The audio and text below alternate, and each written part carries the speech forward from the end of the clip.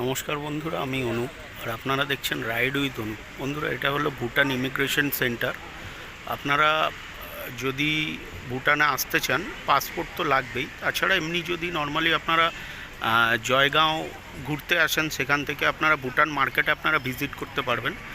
এটা হলো ভুটান মার্কেট। তার জন্যে প্রসেস হচ্ছে, এই ইমিগ্রেশন সেন্টারের ভেতরে আপনাকে ওপারের গেট থেকে ভোটার আই কার্ড অরিজিনাল দেখিয়ে আসতে হবে। কোনো ডুপ্লিকেট কপি নিয়ে আসলে চলবে না।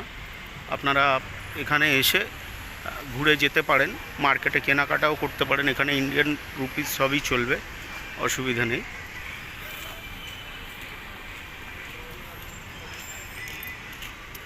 এখন মার্কেটের দিকে যাব, দেখব মার্কেটে কি কেমন কি মার্কেটের আছে, সেগুলো একটু দেখব, আপনাদেরকেও দেখাবো।